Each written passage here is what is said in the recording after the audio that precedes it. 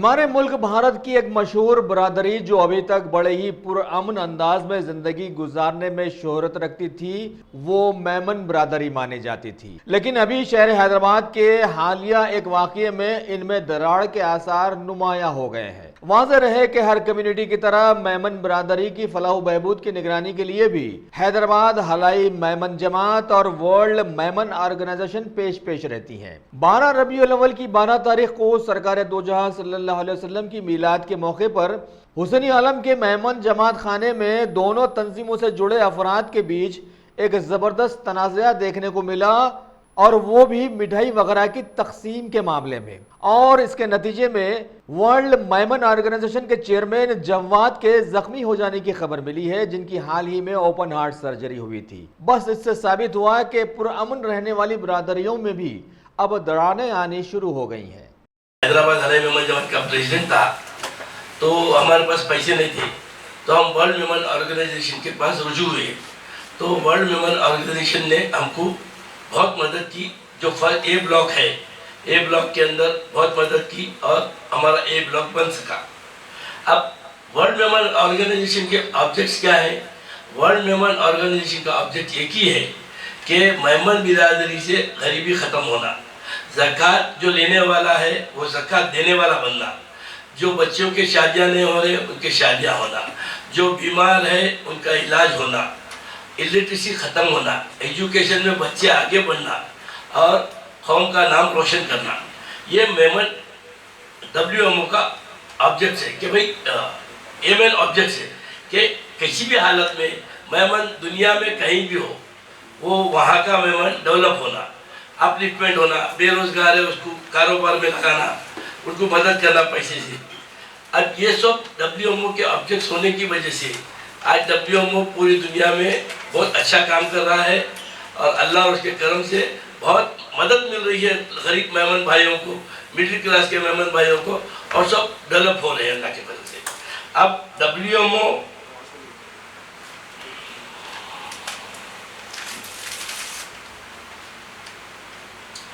दो 2007 में जब WMO हमारी ए ब्लॉक बन गया, तो WMO के हाजी अब्दुल रज़ाक याकूब गांधी और WMO के 25 अरकान जो दुनिया के मुख्तलिफ ममालिक से थे, वो पूरे हैदराबाद आए और हमारे हैदराबाद हलाई मेमन जमात की मेमन कॉलोनी का ए ब्लॉक का इफ्तिताह किए और मेमन सेंटर का फाउंडेशन स्टोन भी रखे। और हमको ये बोले कि जब भी ज़रूरत है तुम लोगों को, हम तुम्हारे साथ हैं। और WMO के हमारे पास HCR अकाउंट नहीं था, तो WMO ने नाथानी चैरिटेबल ट्रस्ट के थ्रू हैदराबाद के 9th क्लास से डिग्री तक के जितने भी बच्चे एजुकेशन पाते हैं उनको हर साल 25 से 30 लाख रुपए की मदद करते हुए आए।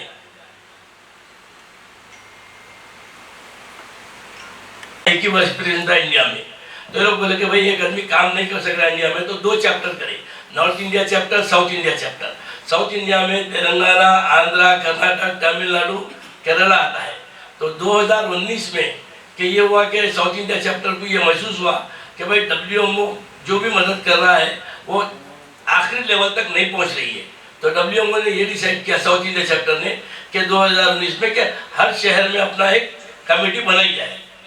तो उसी बिना पर 2019 सितंबर 12 को मेरे को WMO का हैदराबाद का चेयरमैन बनाया गया, जिसके अंदर हमारे हैदराबाद के सदर और 5 कमेटी मेंबर भी बेंगलोर में मौजूद थे, जहां हमारे को सर्टिफिकेट दिया गया, हमारी गुलपोशी की गई, मेरे को चेयरमैन बनाया गया और जावेद हारून वली मोहम्मद को यूथ का चेयरमैन बनाया गया। वहाँ पर हैदराबाद के सदर, हैदराबाद हलाई मेमन जमात के सदर और 5 अरकान भी मौजूद थे और उनको इत्तला है हर चीज़ की। और सबसे बड़ी बात यह है कि हैदराबाद हलाई मेमन जमात के सदर RMC के मेंबर भी हैं, साउथ इंडिया चैप्टर के रीजनल क्या बोलते उसको, रीजनल मैनेजिंग कमेटी के मेंबर भी हैं। हमारे हैदराबाद हलाई मेमन जमात के सदर साउथ इंडिया के WMO के SAC के रीजनल RMC मेंबर भी हैं। इसके बावजूद भी ये लोग बोलते हैं कि WMO 5 दिन की जमात है, WMO ये है। खाली बदनाम करने की क्या जरूरत है? आज मेमन कॉलोनी के फाउंडेशन में WMO है। आज मेमन के बच्चों के एजुकेशन में WMO है, फिर आज WMO के से इख्तिलाफात क्यों? अब WMO जैसे मुझे सदर व चेयरमैन बनाया गया, जावेद भाई को यूथ का चेयरमैन बनाया गया, हमको एक प्रोजेक्ट दिया गया कि 12 रबीउल अव्वल को पूरे हिंदुस्तान में प्रोजेक्ट मोहब्बतें लॉन्च हो रहा है सरकार की आमद की खुशी में। तो उस दिन जितने भलाई के काम करना है आप लोग कीजिए। तो हम लोगों ने क्या किया, कुछ खतीब मस्जिद में फजर की नमाज के बाद नाश्ते का इंतज़ाम किया 100-150 आदमी का। उसके बाद नीलोफर हॉस्पिटल के पास 500 आदमी का नाश्ते का इंतज़ाम किया।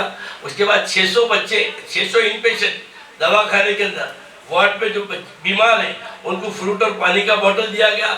उसके बाद 12 बजे मेहमान कॉलोनी, जहाँ हमारे मेहमान के 153 फ्लैट है, वहाँ पर हलीम और बिस्किट चॉकलेट वगैरह का एक पैकेट और हलीम का एक डब्बा, ये बिस्किट और चॉकलेट का पैकेट है जो गरीब माँ के जो फ्लैट में रहने वाले बच्चे उनको देने के लिए।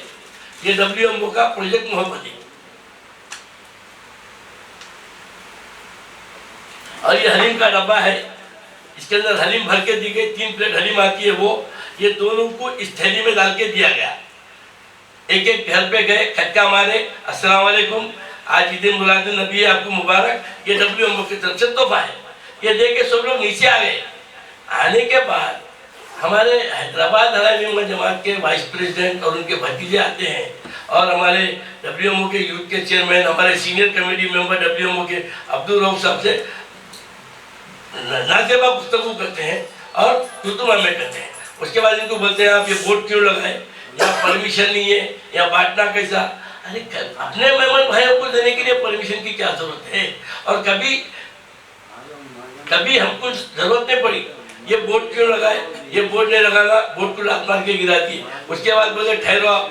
उसके बाद हमारे फर्स्ट वाइस प्रेसिडेंट उनके 2 बच्चों के साथ आते हैं और हमारे यूथ के चेयरमैन के ऊपर अटैक करते हैं। और लिटरली ये अटेम्प्ट टू मर्डर का ये प्लानिंग थी उनकी, अटेम्प्ट टू मर्डर का केस होना चाहिए था उनके ऊपर, मगर नहीं मालूम क्यों नहीं हुआ, जबकि CCTV कैमरे पूरे बता रहे हैं कि किस तरह से मारा गया है।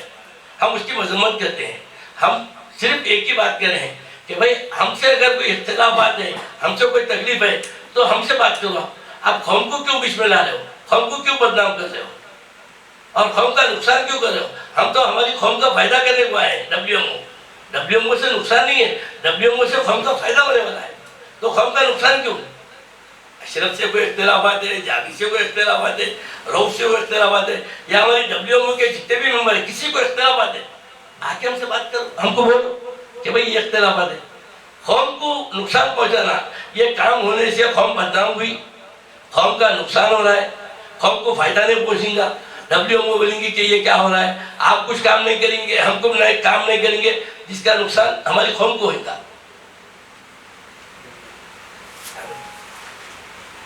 इसके बाद WMO SIC का महीनवा सिटी चेयरमैन,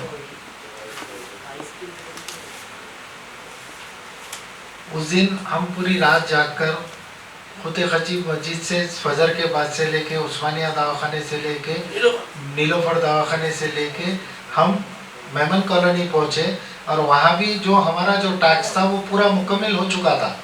बिल्कुल हम निकलने की तैयारी में थे और हमारा सामान भी हम पूरा वापस हमारी गाड़ी में रख लिए थे। First vice president, second vice president Shoaib भाई आकर ये बोले कि भाई आप ये बैनर क्यों लगाए। उसके ऊपर एज एक फ्रेंडली बात हो रही थी, वो कुछ बात नहीं हो रही थी और मुझसे तो वो बात भी नहीं हुई, वो रऊफ भाई से बात हो रही थी, हमारे जो WMO के जो सीनियर मेंबर हैं। तो फिर बोला मैं चलो भाई जाएंगे, अपन निकल जाएंगे, अपने को और एक मेहमान कॉलोनी है जो तालाब कट्टे में, वहाँ भी अपने को ये तकसीम करना है। तो हम वहाँ पर जाने के लिए बोल रहे थे, तो इतना उनको प्रेशर करे कि रऊफ भाई को एक 10 मिनट ठहरो भाई, कोई आ रहे हैं आपसे बात करना है। हमारे ख्याल गुमान में ये नहीं था कि हम यहाँ रुकेंगे तो हमारे साथ ये हादसा होने वाला है। हम आराम से खड़े हुए थे। उन्होंने फ़ोन किए उनके फर्स्ट वाइस प्रेसिडेंट को, जो एक मिलाद के जुलूस में थे, वहाँ से कुछ 8-10 लोगों के साथ में आए हैं। आकर सीधे सीधे बात कम मारम पीटी ज़्यादा चालू कर दिए। मारम पीटी होने के बाद में और हमारी ये बात होने के टाइम पे और उन्होंने मारम पीटी शुरू होने से पहले बहादुरपुरा पुलिस आ चुकी थी। बहादुरपुरा पुलिस पूरी रिकॉर्डिंग कर रही थी। और मेरी आप सबसे अदबन गुजारिश ये है कि वहाँ पर हमारे इन से लेके आउट तक, हमारे इन से लेके आउट तक आप मेहरबानी करिए सीसीटीवी फुटेज निकालिए। पुलिस का ये काम था कि पहले वो जाकर सीसीटीवी फुटेज सीज करना, सीसीटीवी फुटेज सीज नहीं किए। हम पे ट्रेसपास केस 506, 324, 34 आईपीसी ये सब लगाकर ये डाले गए। जबकि आपको ये बात का मेरे को इल्म में लाना इस वास्ते ज़रूरी है, 2017 में मेरी ओपन हार्ट सर्जरी हुई है, मेरी ओपन हार्ट सर्जरी हुई है। आप वो वीडियोस में देख सकते हैं, उनके डाले हुए वीडियोस में भी देख सकते हैं, मेरे पास वीडियोस में भी देख सकते हैं। मैं जो आपको प्रोवाइड करूँगा, मैं खड़ा हुआ हूँ, मुझे नीचे ढकला गया और लातों से मारा गया है। अगर कुछ होता तो इसके जवाबदार कौन रहते? हम पुलिस को बहुत इंस्टेंट करें, साहब आप ये पोजीशन है मेरी, आप इनके ऊपर तो attempt to murder case book होना, तो उल्टा पुलिस हमको केस बुक करी। इलीगली हरासमेंट करने के वास्ते हमको 400 रुपये के दिन बहादुरपुरा पीएस बुलाया गया और ये बोला गया कि स्टेशन बेल 41A की नोटिस देना है, जो 11 बजे से लेके शाम के 7 बजे तक हमको बहादुरपुरा पीएस में बिठाया गया। 7 बजे हमारे को करमन घाट मजिस्ट्रेट के मकान पे ले गया।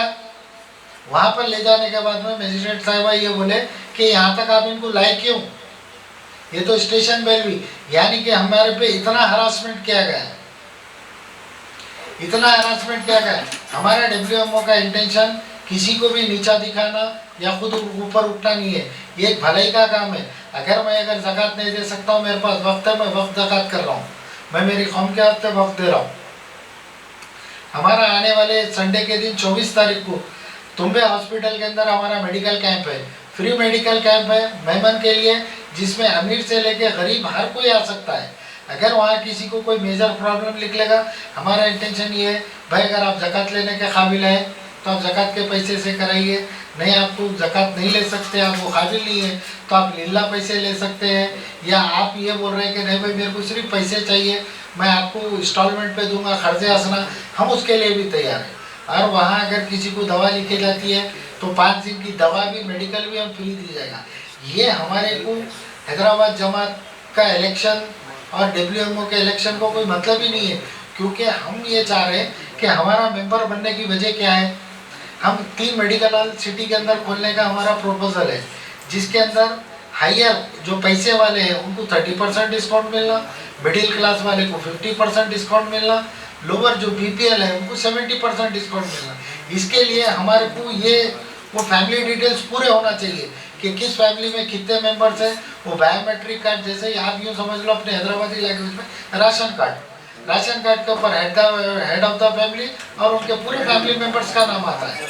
तो हमारा इंटेंशन ये है, हमारा मकसद कभी भी ना ख़राब है ना आगे इंशाल्लाह ताला रहेगा। शुक्र के पुराने सदर एक्स सदर जो अशरफ भाई पटेल है और रोक भाई वो टीम में थे। इन लोगों का ये बोलना था कि यहाँ पर पैसों की बहुत हेरा फेरी हुई है। तो वो टाइम पे मैंने भी उनको पूछा तो लोग बोले कि अगर हम इख्तेदार पे बैठेंगे तो हम हिसाब निकालेंगे। तो वो लोग जब मैं उनको पर्सनल मिला, मैं उसके बाद में एज पर हमारे बायलास के हिसाब से अगर मैं कोई 21 मेंबर की साइन करा के देता हूँ कि जनरल बॉडी मीटिंग कॉल कराओ, मेरे को ये सवाल पूछना है, तो वो लोग उसको भी रिस्पॉन्ड नहीं करें।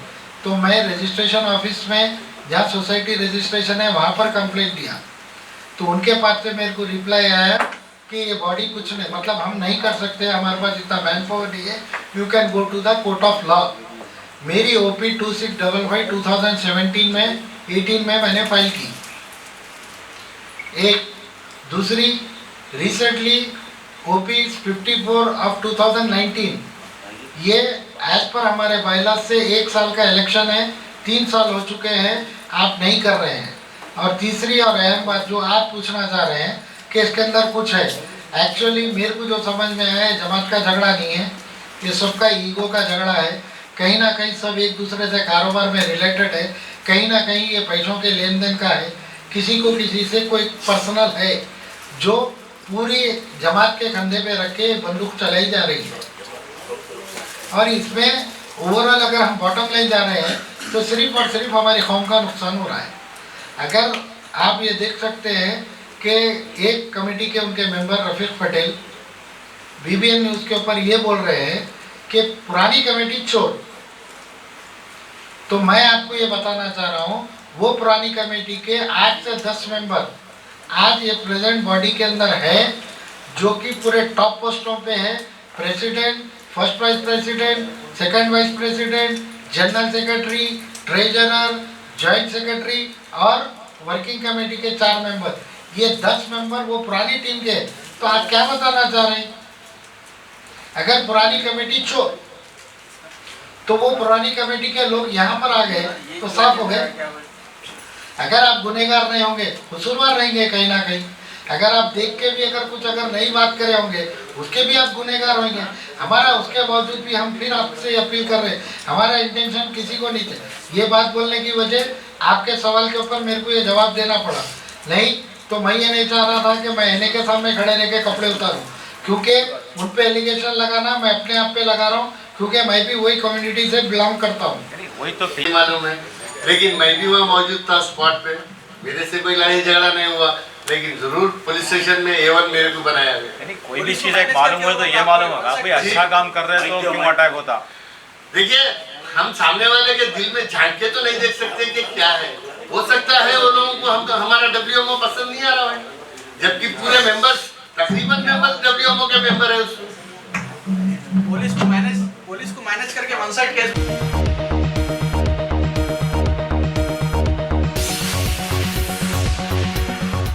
क्या आपने उम्रा का इरादा कर लिया है? तो फिर अकबर ट्राइबल सर्विसेज को तरजीह दें। हज उम्रा करने वालों के लिए क्वालिटी सर्विस ऐसी कि आप मुद्दतों भुला ना पाएं, और इंडिविजुअल्स की सहूलत भी। इंटरनेशनल और domestic air ticketing, visa endorsement, visit visa, immigration और पासपोर्ट ऑनलाइन की सहूलत भी दस्तियाब है। हर माह उम्रा के 2 ग्रुप्स रवाना होंगे। मक्के शरीफ और मदीने मुनव्वरा में बिल्कुल करीब क़याम, तीनों वक्तों पर हैदराबादी ग़िज़ाएं, लग्जरी होटल में क़याम, AC बसें, ज़ियारतों की सहूलतें, आपके सफ़र से जुड़ी तमाम ज़रूरी उमूर की बेहतर से बेहतर खिदमात की पेशकश लिए। मैनेजिंग डायरेक्टर सैयद शाह मुजाहिद हुसैनी, अकबर ट्राइबल सर्विसेज, सालार जंग कॉम्प्लेक्स, दीवान दोड़ी, हैदराबाद।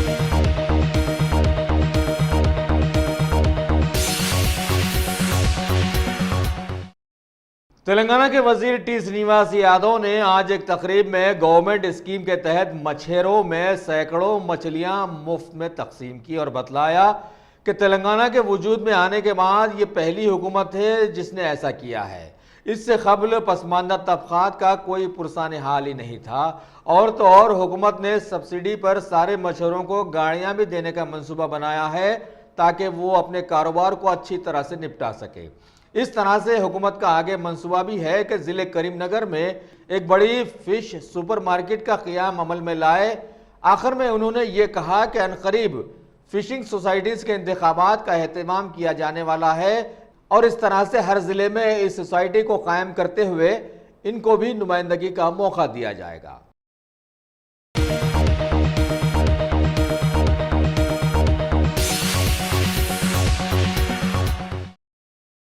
हुकूमत तेलंगाना के honourable chief justice of high court Raghavendra S Chauhan ने बंजारा हिल्स के गुलाम अहमद ऑडिटोरियम में आज एंटी ड्रग अब्यूज के एक मॉड्यूल प्रोग्राम का इफ्तिताह अंजाम दिया। इस मौके पर दीगर मेहमानों में जस्टिस MS रामचंद्र राव के साथ साथ बहुत सारे दीगर अदालती ओहदेदार व सियासी लीडर्स भी वहां पर मौजूद रहे। Honorable Mr. Justice Ramachandra Rao Garu, Ms. C. Sumanlata, the Chief Judge, City Civil Court, Mr. D. Jagdishwar Rao, the President of the Bar Association of the City Civil Court, Mr. G.V. Subramaniam, Member Secretary, Telangana State Legal Service Authority, the dignitaries of the dais, the learned teaching staff of the college, Mr. Mahesh Bhagwat, the Commissioner of Police. Pardon me if I cannot pronounce this word correctly. Kachikonda. The learned judicial officers, and of course, the most important person sitting in this august house, the young and dynamic students from different colleges of the city. Ladies and gentlemen, To say the least, it's always a pleasure to address the young and dynamic students, because when an old person like me addresses the young, I address the future of our nation and of our state. I'm certainly grateful to all of you for joining us, because naturally on a Saturday or over a weekend, we would rather have our lazy Sunday morning or Saturday morning. And who wants to come out of the house when your mother may be preparing your most favorite breakfast of the week? And it is certainly a tiresome journey from your home to the college, especially when we are reeling under the RTC strike. Therefore, I am certainly grateful to all of you for joining us, and it's good to see brighter smiling faces, much as you may think that some of us, when we speak, we are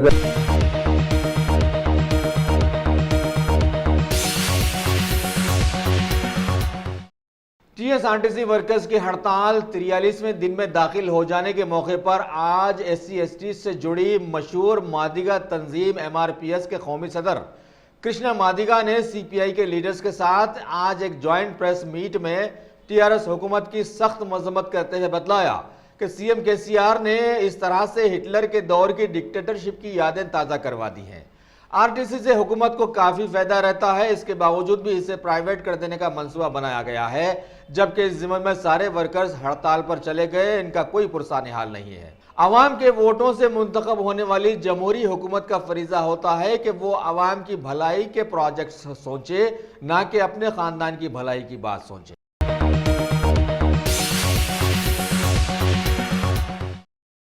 top selection computers. अगर आप technology के दौर में रहते हुए technology से दूर हैं तो सोचिए मत, आइए एक बार खिदमत का मौका दीजिए। हमारे यहाँ branded computers Dell, HP, Lenovo, laptop accessories उम्दा क्वालिटी निहायत ही वाजबी दाम पर दस्तयाब है। स्कूल, कॉलेज, कॉर्पोरेट, ऑफिस वगैरह में बल्क क्वांटिटी में सप्लाई की जाती है। इसके साथ साथ हमारे यहाँ माहिर टेक्नीशियंस की निगरानी में रिपेयर की सहूलत भी मौजूद है। अगर आप अपने घर, दुकान, सोसाइटी, स्कूल वगैरह को सेफ और क्राइम फ्री बनाना चाहते हो तो इंस्टॉल कीजिए CCTV कैमरा जो HD क्लियरिटी के साथ दस्तयाब है। गुज़िश्ता 10 साल से मुल्क भर में अपनी इन तमाम खिदमात को जारी रखते हुए आपके एतमाद को बरकरार रखने वाला नाम top selection computers, Vijayanagar colony beside Riyan hotel Hyderabad. Director Syed Rashid Ali. Phone 9849715954। Top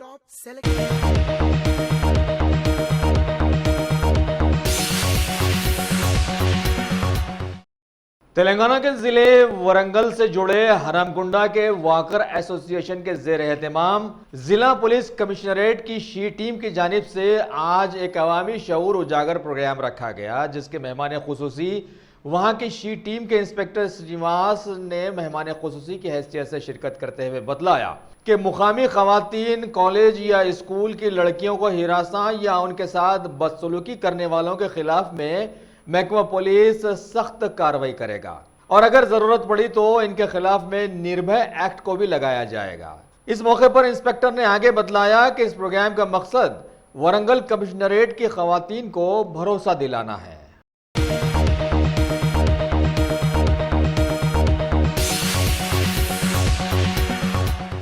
मुल्क भर में आज सहाफत का कौमी दिन मनाया गया। मुख्तलिफ सियासी जमातों और सहाफ़ियों की तंजीमों की तरफ से मुतअद्दिद तकारीब मुनक़िद हुई, जिसमें आज़ादी सहाफ़त को दबाने मरकजी हुकूमत की पॉलिसियों की शदीद मजम्मत की गई। कांग्रेस के साबिक़ रुकन पार्लियामेंट के विश्वेश्वर रेड्डी और साबिक़ वज़ीर जी प्रसाद ने गांधी भवन में एक प्रेस कॉन्फ्रेंस से खिताब करते हुए कहा कि रियासती हुकूमत सहाफ़त पर ताबड़तोड़ हमले करते हुए उस पर तहदीदात लगा रही है। इस तरह सहाफ़त का गला घोटा जा रहा है। उन्होंने बताया कि इससे बुरी मिसाल और कहीं नहीं मिलती। इन कायदीन ने कहा कि मौजूदा मरकजी हुकूमत और रियासती हुकूमत दोनों इज़हार ख्याल की आज़ादी को छीन रहे हैं। हुकूमत के खिलाफ उठने वाली आवाज़ को कुचल दिया जा रहा है और अपने हक़ का इस्तेमाल करते हुए आवाज़ उठाने वालों के खिलाफ मुकदमा दायर किए जा रहे हैं। हुकूमत के खिलाफ लिखने पर अखबारों के इश्तिहारात बंद कर दिए जाते हैं तो दूसरी तरफ बेबाक सहाफ़ियों को फर्जी मुकदमात में फंसाया जा रहा है। दिल्ली में प्रेस काउंसिल ऑफ इंडिया की जानिब से एक तकरीब मुनक़िद हुई। मरकजी वज़ीर इत्तलात व नशियात प्रकाश जावड़ेकर ने इससे खिताब किया। उन्होंने कहा कि फर्जी खबरें आज सबसे बड़ा चैलेंज बनी हुई हैं और इससे निपटना जरूरी है। उन्होंने इमरजेंसी की याद दिलाई। इसके दौरान मुल्क भर में सेंसरशिप नाफिज कर दी गई थी।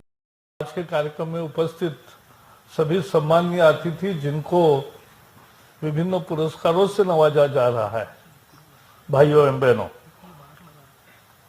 आज प्रेस डे है, नेशनल प्रेस डे। जैसे ही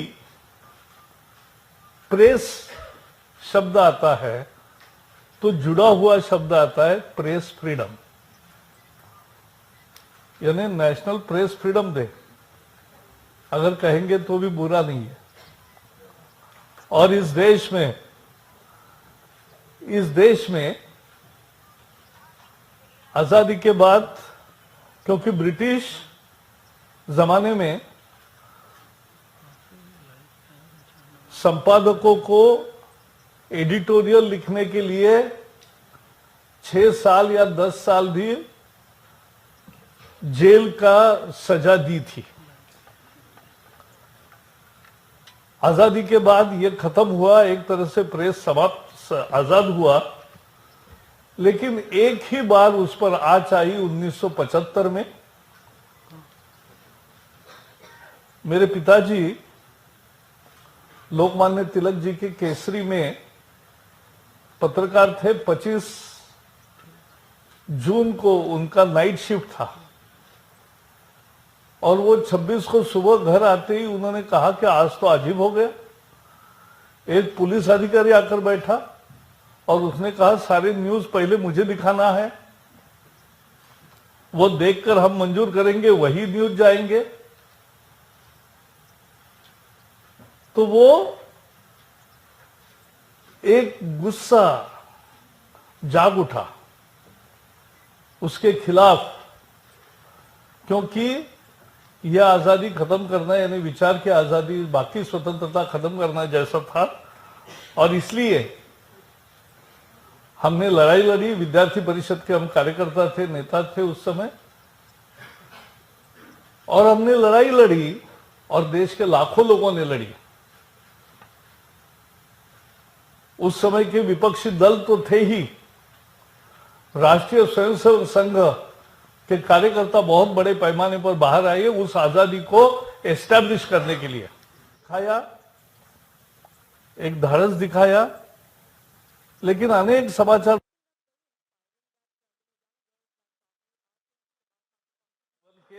उसी में लगाए, जेल में रहे सलाखों के पीछे। तब जाके यह आजादी ऐसी फ्री में नहीं रहती। उस समय कुछ समाचार पत्रों ने बहुत अच्छा एक धैर्य दिखाया, एक धाड़स दिखाया, लेकिन अनेक समाचार पत्र मैं देख रहा था कि ऐसे नहीं थे, वो झुक गए। तो इसलिए प्रेस को सही में खुद की कीमत समझने का ये दिवस है और रिस्पॉन्सिबिलिटी समझने का भी दिवस है, क्योंकि कोई भी फ्रीडम मुफ्त में नहीं होता, अनिर्बंध नहीं होता है। जैसे प्रेस काउंसिल है, यह प्रेस फ्रैटर्निटी का एक चुनी हुई संस्था है। सरकार केवल एडमिनिस्ट्रेटिव सपोर्ट करती है, लेकिन उनके काम में हम दखल अंदाजी नहीं करते। तो वो अपने एक आर्म्स लेंथ पर है और ये जैसा काम करती है वैसा काम करने के